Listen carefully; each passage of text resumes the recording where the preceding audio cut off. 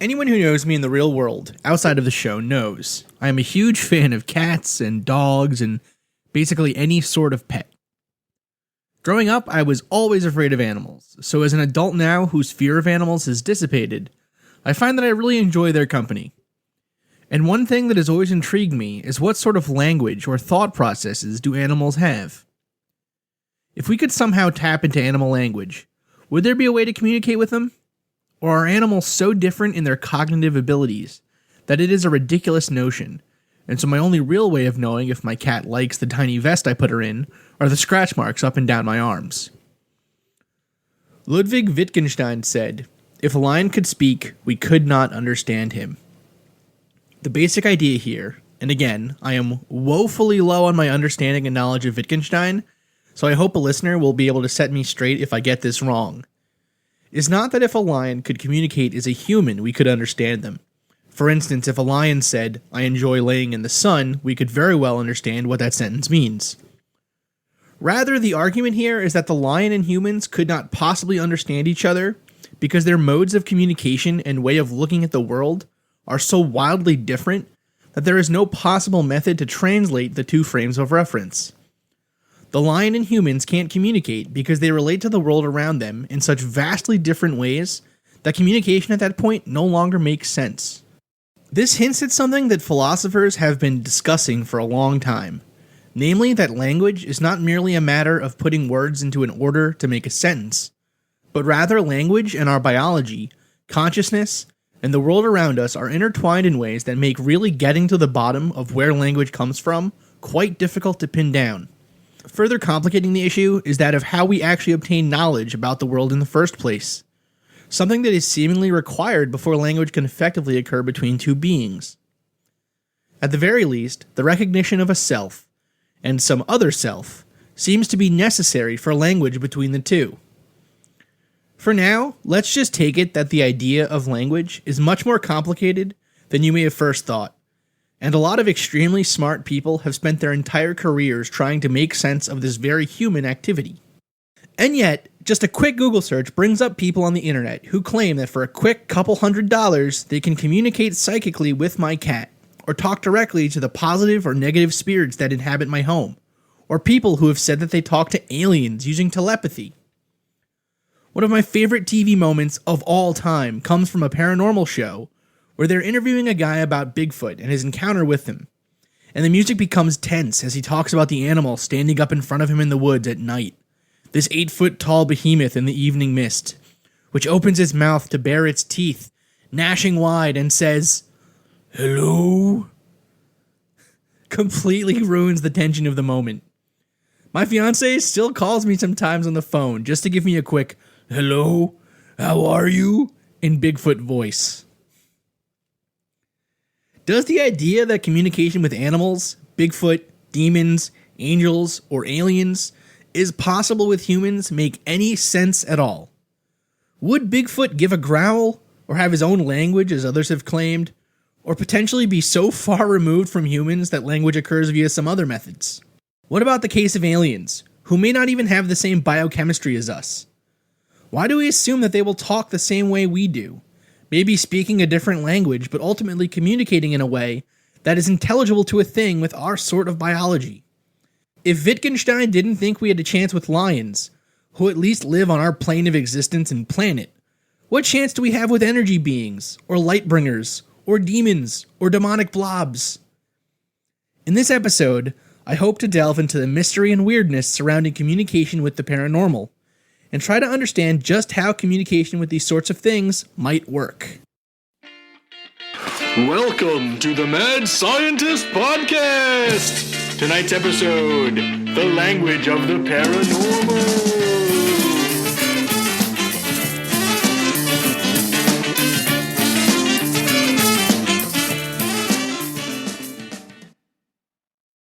The first real instance of communication with something outside of the normal realm of human experience was with those beings called gods, either good or bad. In the Bible, those who spoke to God are considered prophets, chosen people whose pious nature allowed the Almighty to converse with them, either directly or through his messengers. And yet, in the modern day, it isn't very hard to find a person who claims to have spoken directly to God. There's a very interesting article on this by Professor Tanya Marie Lerman from Stanford's Anthropology Department on this issue, which I will post on the Facebook page. Her research has found that quite a large portion of the evangelical populace has reported feeling, seeing, or hearing something in response to prayer. And Gallup polling from 1999 showed that about 23% of Americans had either heard a voice or had a vision in direct response to prayer. Now, I'm not trying to discount anyone's personal convictions here on faith, and if you want my take on the presence of a soul or whatever, you can head back to episodes 1 and 3 where I touch on the issue. However, let's just say that I don't think we can really know either way at this point, so I am firmly planted in the middle.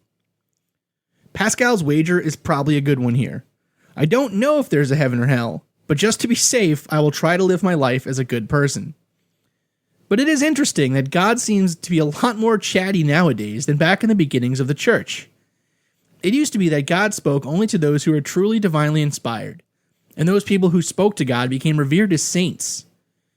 Even more interesting is the disagreement between particular faiths on the matter. As a Roman Catholic growing up, I was taught that God would not speak to you using language, but through the workings of nature around us. If you prayed for a sign from God, perhaps the sun would burst through the rain clouds, or you would hear a gathering of songbirds as you went outside that morning.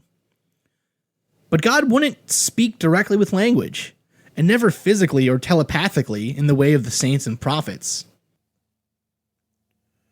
Perhaps this new outspokenness is due to the democratizing influence of the Reformation, where a church without the need for special training or study to attain a personal connection with God allows for more people to attempt to speak to him or her.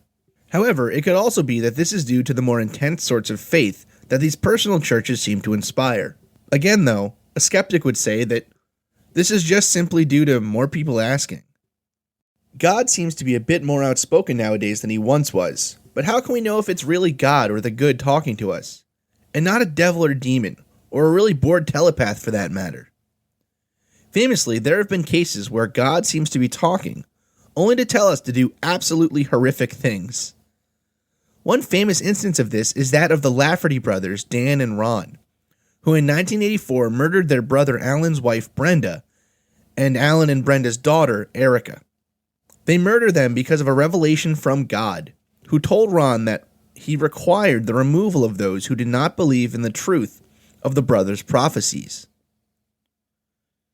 From radical jihadis to the Lafferty brothers, these individuals become so wrapped up in their religious convictions and convinced of the rightness of their instructions that they may go on to murder or acts of terrorism. If God is really talking to people at a rate of 23% of the population, how can we be absolutely sure that it is a good force and not a bad force trying to trick us into making a horrific mistake? Interestingly, there are again a lot of websites that suggest they know exactly how to do this sort of thing. One website that I found lists 3 major qualities to the voice of evil, these being 1, that it contradicts God's commandments, which is one that I probably would have figured out myself. Although I'm a little doubtful that a powerful negative being would be so easily outmaneuvered as to forget about that list of 10 things every person is supposed to not do. And at the same time, aren't there historical precedents for where God asks his followers to potentially or very nearly break his commandments? What about the binding of Isaac? The second case is that it creates anxiety rather than peace. But again, we can just look at the Lafferty boys' horrific crime, or the case of radical jihadis, to see instances where the people who perpetrate these things continue to be completely at ease with the murders or terror that they commit, because after discussing the issue with God and thinking it through, they have decided that it was truly divine instruction. And the third clear giveaway for the voice of the devil is that it is accusatory, or negative in its tone. That one's fine, that one's very clear cut. But out of those 3, we have managed to find some wiggle room in the first and second, which, dare I say, are the most important too. So how are we ever supposed to know? Well, I suppose, like Soren Kierkegaard, This is one of those instances where, if you think you have divine instruction, you need to make a leap of faith. However, I would caution anyone who thinks that the divine is giving them instruction to do something horrific or against those 10 commandments to speak to someone first. Talk to a priest or a trusted friend. If ghosts or demons can talk to us, then how is it that they are communicating? One of the most common science-ish explanations I hear often, and one that I think again gets very close to using a scientific-like explanation to explain a magical event or property, is that of alternate dimensions or planes of existence.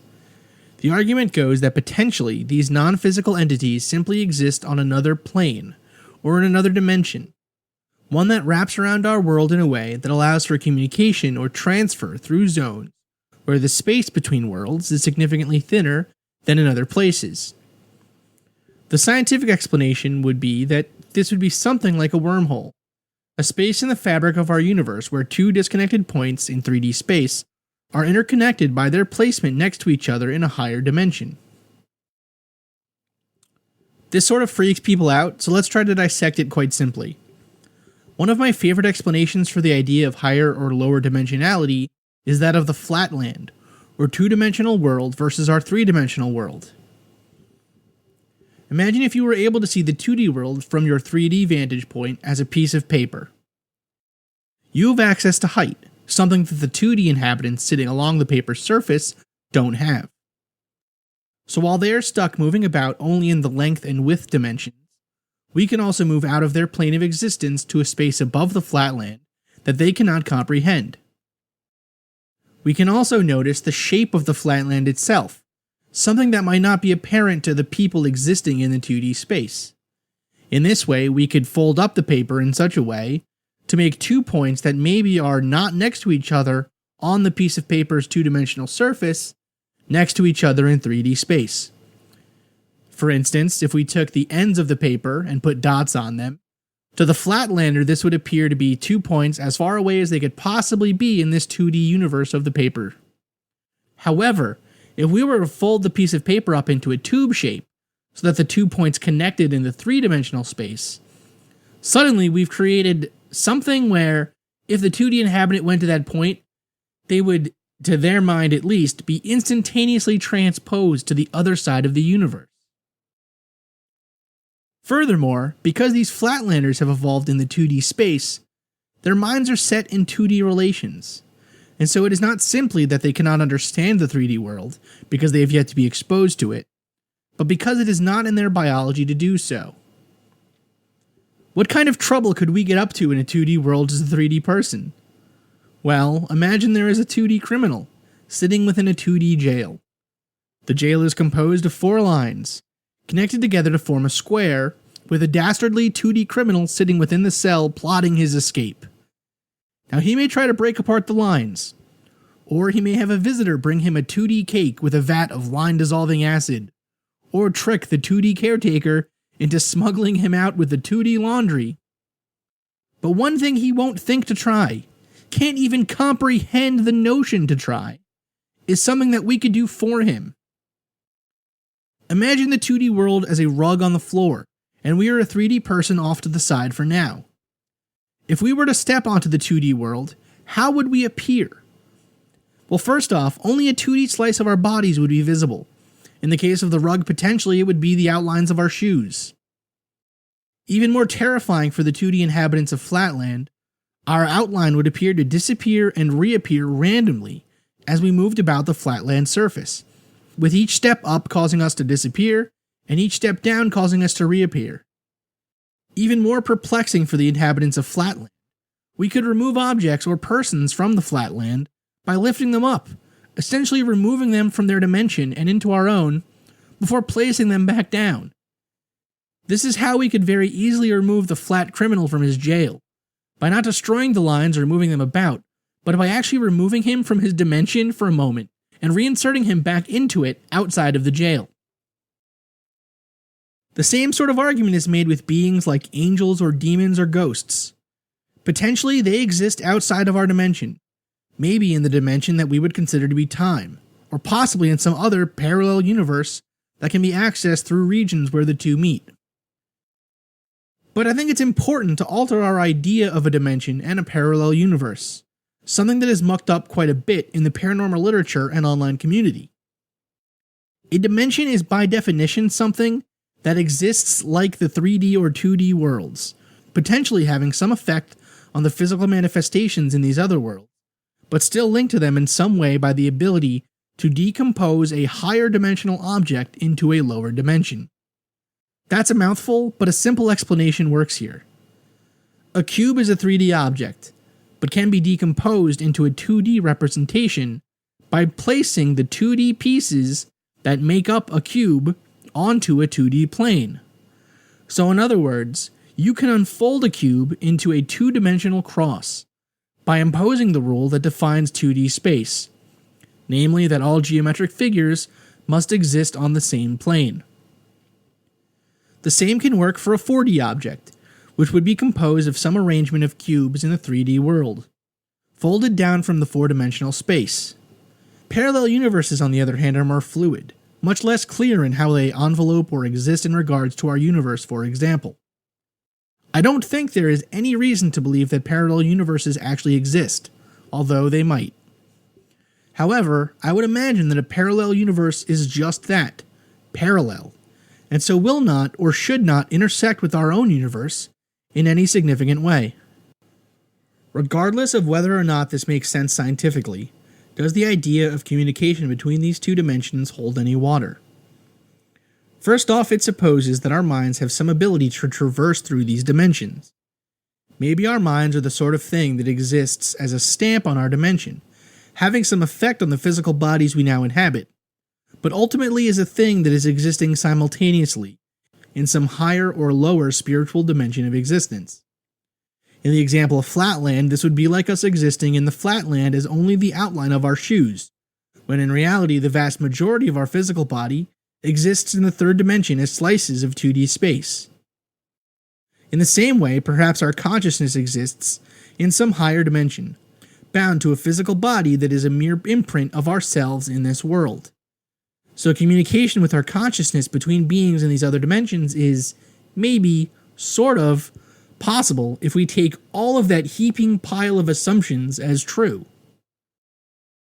But the issue still remains. Even if we could send information through the dimensions to reach other beings, would we be able to communicate with them?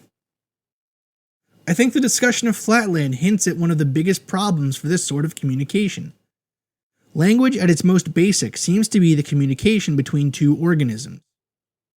If we use this very loose definition, then any organism that sends out signals to others around it are technically communicating. For instance, bacteria secreting a signaling molecule when hit with sunlight are communicating with other bacteria, causing their biology to turn on certain genes and begin responding to the input of sunlight. But that isn't usually what we mean by language, but rather just bulk communication. It is not hard to suggest that a skilled horse trainer is communicating with the animal that she trains, but it is not necessarily the case that a horse psychic is using language to communicate with his client's animals. Alright, then what exactly is language? This is an extremely ripe philosophical topic, one with a huge history and some extremely great work out there on. I cannot even begin to summarize the work that has been done on this topic, but I think it makes sense if we try to eke out some understanding here by trying to think about what it is we actually do when we communicate. First off, we need something to communicate about, although some philosophers believe that language may be an innate part of human experience. If we were a mind confined to a box, with no physical inputs of any kind, would we begin to dream? Would we have thoughts or feelings? Or would we simply exist without even knowing it? Some believe that we would eventually come up with some sort of internal language, one that would allow us to begin making thoughts or patterns in the world.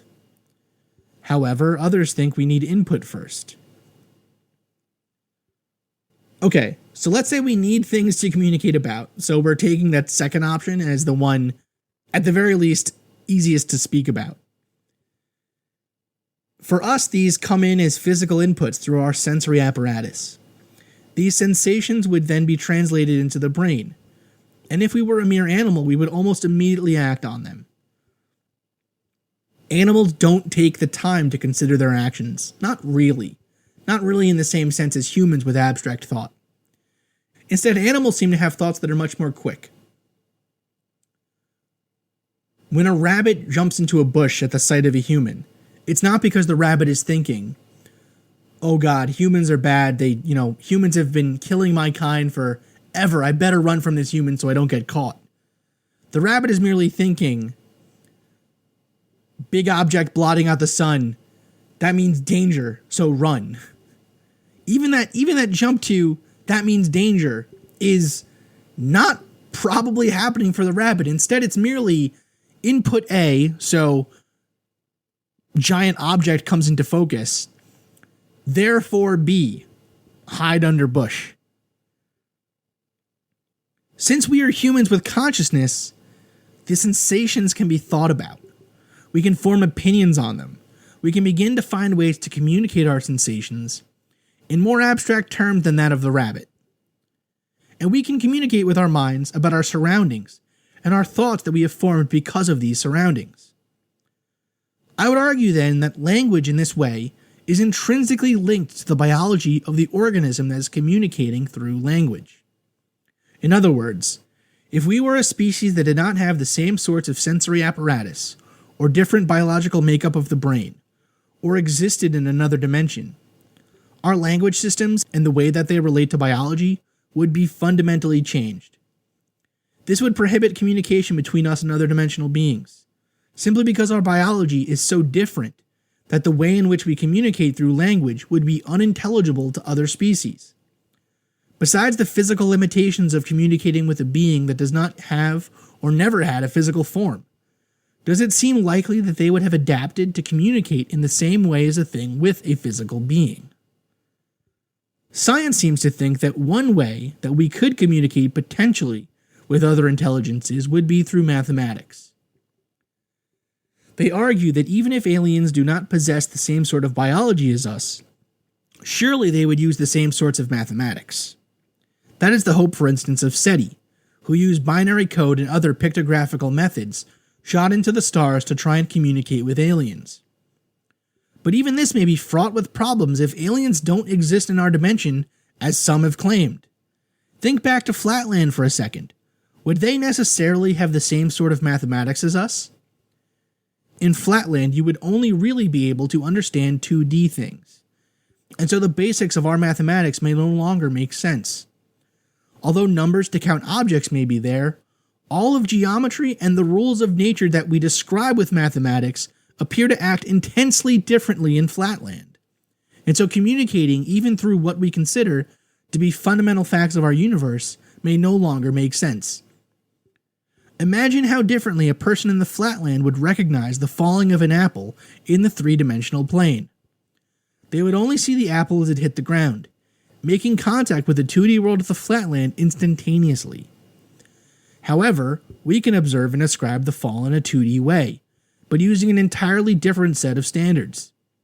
Communication, therefore, is not possible without an extremely difficult translation process. And this is just for something as simply understood as an apple falling from a tree. So what is going on with some of these cases where people claim to have talked to aliens or Bigfoot? Albert Ostman, for instance, claimed to have been kidnapped and talked to by his Bigfoot captors, using words like suka suka or ook, and other sounds that you usually only hear in Nintendo games, where they don't want to pay for voice actors. Others claim that Bigfoot communicates via tree knocking and howling. While tree knocking seems like a potentially interesting, although easy to fake, method of communication between Bigfoot and the wild, the idea of them communicating via language in any important way is, I think, ridiculous. No other animals use language in this way really, and that's primarily because their biology does not allow for communication in the same way that human biology does. I think the best and most hilarious use of this was on the Simpsons episode where Homer becomes a food critic. He's writing a review in the kitchen, and Santa's little helper is sitting there with him, And so Homer's writing on a typewriter and says, the food was... And he looks at the dog, and Santa's little helper barks back, "Ruff." Homer then looks at him and goes, "You've been pitching that one all night." So the dog looks right back at him and says, "Chewy?" Other famous cases include talking to aliens or other interdimensional beings.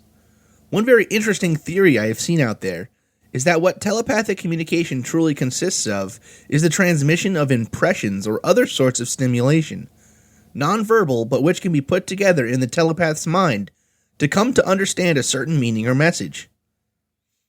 This is often used by supposed telepaths or empaths to describe how they come to know about a haunting or the ideas of some multidimensional being. This still does not sidestep the issue of how can communication occur between beings that are different biologically, so that we do not have the same sensory apparatus systems. For instance, what sort of suggestion would be sent to us from a being that can see time at all simultaneous points?